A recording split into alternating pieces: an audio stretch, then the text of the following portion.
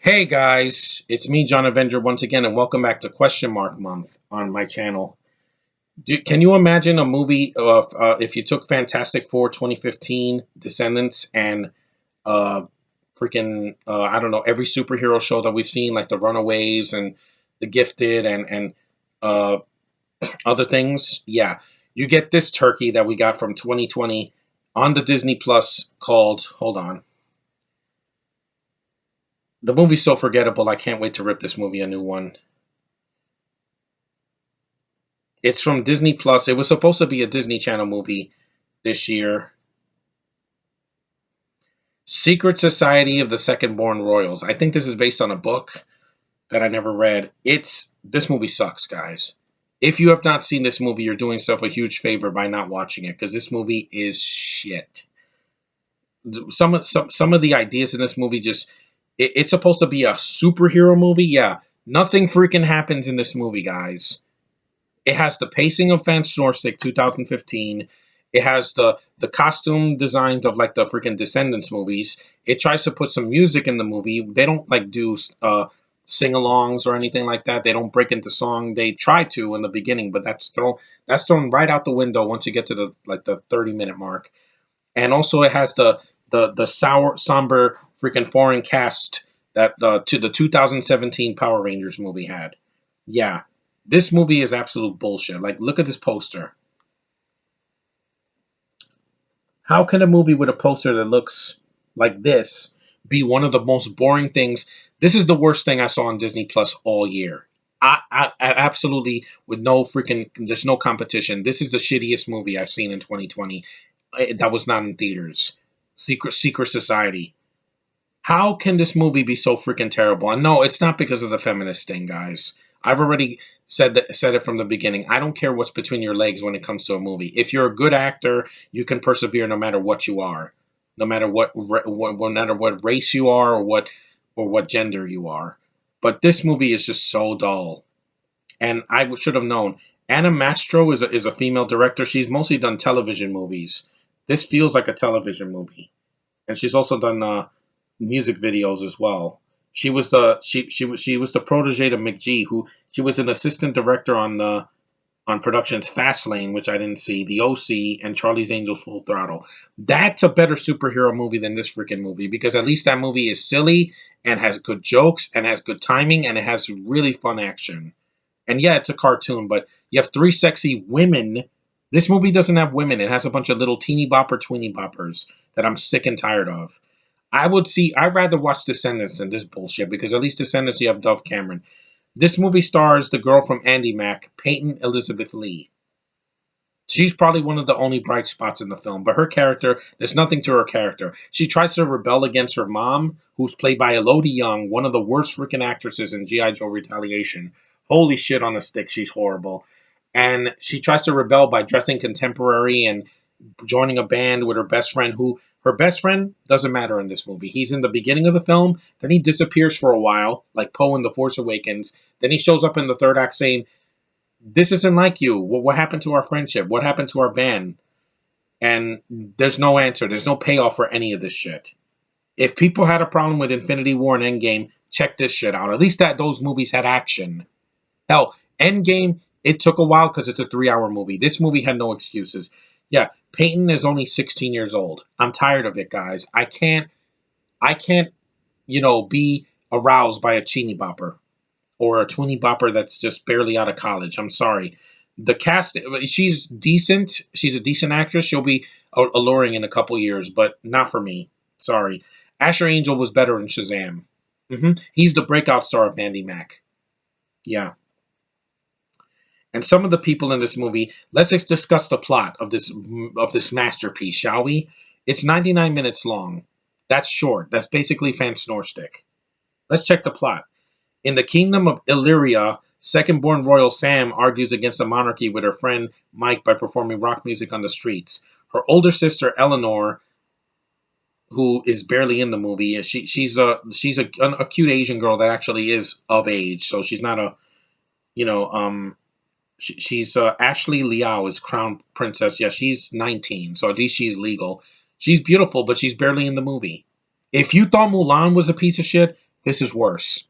That was just a misguided remake that we didn't need with a girl that's trying, but the script is so bad because of the freaking feminist approach. This is way freaking worse, Josh. If you do see this movie, this is worse than Mulan. I guarantee you. At least Mulan is nice to look at. I, I will say the cinematography in that movie looks gorgeous. The shots of the movie and the costume design and the some of the action sequences actually look competently made. This doesn't have any action at all until the second half. Here's the rest of the plot. Basically, if you took you also there's a little bit of Frozen that the little girl is the princess and then her sister is going to become queen. Again, I saw that in Frozen, so fuck you Disney for that. Trying to recycle things. Stop trying to be Frozen. You'll never be Elsa. Okay? Elsa is already an established character that we love. That's why she's made over $2 billion for Disney in the past 7 years. She got over. This character we'll forget about by next year. Cat Eleanor is to succeed their mother, Catherine, to the throne following the death of their father. Again, I've seen this in other Disney movies and Uncle. While spending the night out with Mike, Sam suddenly begins to experience an overstimulation of senses. Yeah, you know what it is? It's the Force. It's the freaking Force again, guys. What have I told you, Disney? Stop putting your freaking female superpowered agendas in your films. Stop it. This movie was amazing, Captain Marvel, because I love the character. I love Brie Larson. I like Carol Danvers as a character. So when she was OP at the end, I'm like, hey, do your thing, girl. I love you. It's not like that was not an issue in the comics. She was always like that, guys. In this movie, while this character Sam is not OP, she has powers that they never explain. That she could like see visions and shit, and her senses are heightened. What are you, Daredevil? Seriously, Daredevil. Literally, they have a screen. She looks and there's like a she could see like freaking X-rays of things. It's like in Daredevil. It's like the night vision that Daredevil has in the 2003 movie. This is god awful, man. It's horrible. She has while at the Underground's concert and gets herself and Mike arrested when she sets off the fireworks. The next day, she's informed by Catherine that she's going to take a summer school to make up for missing her history test. Sam attends summer school alongside eagerly friendly January, quiet and socially awkward Mateo, conceited and popular Tuma, and social networking and pompous Roxana. I hated these other characters. One of them is a black stereotype who's barely in the film. You have the freaking nerdy kid, I think, with like curly hair, and then you have these two bints. Oh my fucking god, they're freaking terrible. These two girls are the most annoying things in the movie. I'm like, Disney, I thought we were over this. Stop putting Brits and Aussies in your freaking leads. They can't act. Go watch Force Awakens again. Go watch Rogue One. Go watch the freaking other movies that you've pumped out of your ass in the past 10, 15 years. You keep casting people that can't act. And these two girls cannot act. At least Peyton is trying. Isabella Blake Thomas. Holy shit. This is the girl that guess what? She's freaking a British chick and she's so full of herself and guess what? She becomes a bad guy at the end. She's helping the bad guy, the Canadian actor Sam Page, to take over the kingdom. Again, I've seen this done better. Olivia Deeples. Yeah, this girl's from Australia. She's freaking terrible. She does a British accent that's so fake. It sounds like I thought she was British and I checked out like no, she's from what's she from? She's from Bowie, Victoria, Australia. Yeah, I'm like, I told you guys, I'm over it. One of the only actresses I like that's Australian is Mia Wasikowska, and for older folks, Nicole Kidman. At least Nicole Kidman won an Oscar. These two girls are freaking annoying. One of them is on their phone, going on Instagram and talking to herself, and then the other is like it's like Margot Robbie if she was 10 years younger, and she's annoying. I'm like, shut the fuck up, please, shut the fuck up. Why does everything that has to do with royals have to have people with accents? What is this, Game of Thrones? I told you, that's over already. Move on, Disney. Stop pissing me off. Skylar Austin is in the movie, or Aston. He looks like Dane Cook. He's the teacher that tries to teach them about the ways of this, being superheroes, even though they don't do anything. One of them can make butterflies appear. The other can fly. This girl has freaking I don't even know anymore. It's just these characters are so flat. And when I say fan snore stick, because they don't use their powers until the second half of the movie. And you would think the final battle would be good, but I was so bored. I was like, oh my god, can something please happen? Can you throw in some comedy? I wasn't laughing. I was just bored out of my mind. Yeah, you also have Noah Lomax as Mike Kleinberg. Yeah, he's the main her best friend. You have Greg Burke as the inmate. You have Carlos Gonzalez Villo as Mike's dad, he's like in one scene. Sophia Pernas. This woman was badass in Blood and Treasure, and you give her a nothing role where she doesn't say anything. She's in a pool, and then you don't see her again. You wasted this actress, Disney. How dare you? I'm glad this got shitty reviews on IMDb. You don't believe me? Look for yourself. Rotten Tomato score 59%. That's way too high. This should get a 29%. Secret Society of Second-Born Royals holds up just well enough to survive as a streaming diversion, which may be all its target demographic is looking for. I am not the target audience for this. I am male. I'm in my 30s. I don't have children. I'm not married. I don't give a shit about superheroes that are like royalty. No. If I want to see a superpowered being in a fantasy film, I'll watch Frozen. Elsa has enough powers to make an X-Men cream their pants. Yeah, I don't need to see this shit in a freaking Disney movie. It's overdone. Because look at what it got on IMDb. I know some people don't care. A 4.7. That's worse than any MCU movie that's ever been released. I give this thing a 3 because it was so horrible. A comedy, I didn't laugh once in this movie. I was like, action adventure comedy. I didn't laugh once. They have these blue outfits like the freaking Fantastic Four, and they do nothing with that. They do a training, so at least they show them doing stuff. But again, it's boring. I've seen this done. I've seen this in Divergent. I saw this in freaking The Hunger Games. I've seen it already. The X-Men movies, the Avengers, the freaking Fantastic Four movies, where they're trying to test their powers in the 2005 movie. That was a better freaking movie. I was not bored out of my mind. And who wrote this movie? Andrew Green. Let's see the wonderful things that this guy wrote, shall we? I'm going to rip this movie a new asshole. I am. Because there's no excuse for this. Not producing, writing. And then we're going to turn this into a franchise where we could get the third, a sequel next year. No. After this, I'm done. He also wrote, no, Hannah Montana episodes. Again, that was over 10 years ago. That audience is already grown up. So he's not really the problem. It's one of the other writers. It's Alex Lidvack. I don't understand why this went to shit. Yeah, this is one of the writers of Predators. Yeah, one of the worst movies in the franchise where you have freaking Adrian Brody doing the Batman voice. 40 minutes of no action. Of course this movie was going to be boring. You got one of the worst writers in that freaking movie. If you got John McTiernan back for Predators, it would have been a much better freaking movie. And Steven E. D'Souza, he would have wrote stupid dialogue, but at least it would have been a faster paced movie.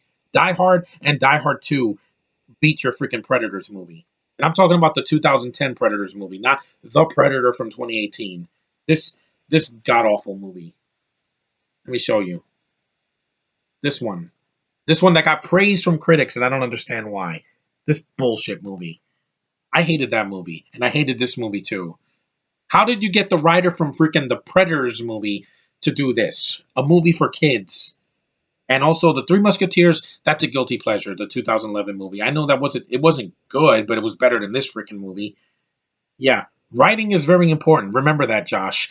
That's why the after movies suck. Because it's a badly written film with badly written writers and and freaking based on a source material that was bullshit from the beginning. Based on like, was it like One Direction fan fiction or something? Yeah, writing is important because it can sink your movie. Ask the guys that wrote New Mutants. This is worse because that at least has a budget. That at least was in theaters. Yeah, it took almost 4 years to make it, but it did make it. And also that this movie did the same sin that that movie did. You cast a bunch of foreigners that we don't give a shit about. You could have had one foreigner, the mom. That's it. And Sam Page is a villain he's a nothing villain. He doesn't fight until the third act, and then they beat him with like whatever the hell powers that come out of their ass. It's not established. Even powers have to have limits and they have to have rules. You can't just pull a power out of your ass like Rey in the Rise of Skywalker, where I can use the Force for everything. I can use it to fly. I can use it for Force lightning. I can heal people. Yeah, you're not Jesus. Shut up. Get out of my face. I'm sick and tired of that. I'm sick and tired of these perfect girls. Yeah, they can't have issues. They can't have problems. They can't have flaws. They have to be perfect. Elsa was not freaking perfect, guys. She had powers she couldn't control. She hurt people she didn't want to, and she was socially distant before it became a thing, and didn't wear a mask. That's an established character, and she's beautiful and can sing. And Idina Menzel's voice is magical. This movie sucked the soul out almost out of me, and the plot is nonsensical. If you've seen better superhero movies yet, you've seen them done by Marvel, DC, and even Valiant. I'd rather watch Bloodshot than this shit, because at least you got Vin Diesel. I got something. And you got Isaac Gonzalez, who's beautiful. This little girl, I'm sorry, her character did nothing for me. And look at this. They even have a jet from the X-Men movies, which I'm like, again, guys, those movies, some of them are really bad, but there's some that are really good. This is almost as boring as First Class, which I thought was boring as all hell. You have a 2 hour and 10 minute movie where nothing happens until like Havoc dies, or not Havoc dies, freaking Darwin dies. That's like the first X-Men to go in that movie. Here, well, they don't kill anybody, but still, it's just freaking painful. Listen, it says January has escaped and is now taunting the society to come and find her, and then they leave by jet on the next mission. There won't be a next mission. After this shit, I don't want to see a sequel. Sam Pay wait, not Skylar. It's just this is a waste of potential. This could have been decent. I was not expecting Avengers, guys. Nothing this year could top that. No, Sam Page is not. He's American. Who was the villain? I forgot. He's so forgettable. Let's see. King Robert. Uh, Prince. Yeah, here he is. Gregory Michael Brick. He's a Canadian film actor and television actor. He was fine. It's just that he had nothing to do. Loki had more to freaking do in the Avengers and Ultron in the sequel and freaking Thanos. At least Thanos did this, and he killed a couple of the Avengers with the snap, or that he killed Vision and he killed Loki. This guy, yeah, he deserved better. How did you waste this guy? This is easily the shittiest film I've seen on streaming this year from Disney, because they're a $1 billion company. You would think they would put out a better film than this. This was supposed to be a Disney, because this, look at it, production company, Disney Channel. Of course this wasn't going to be good. They haven't done a good movie in a long time, in my opinion. I thought Upside Down Magic was decent, but I hated the adults. Here, I hated half of the cast. I hated the writing. I hated the pacing. I hated the freaking, even the costume. Some of the costumes are cute. They're colorful, but it doesn't save the film. This film can go fuck itself, along with every other bad Disney Channel movie and Disney Plus movie that they're trying to make. Now they're going to do another Cinderella story. They've done like 8 of them already. Stop already. Just stop it. You're not going to recapture the Disney that was part of my childhood, the 80s and the 90s and the 2000s and even the early 2010s, when you were remaking everything and making everything contemporary. Why? Kids don't need everything contemporary. Sometimes old school is the best, because this movie is shit. It's shit. This is not a good film. It's not funny. And listen to this. I love this saying that they said on Wikipedia. The film received mixed reviews. That's putting it lightly. With critics and audiences criticizing its already tired Disney Channel cliches.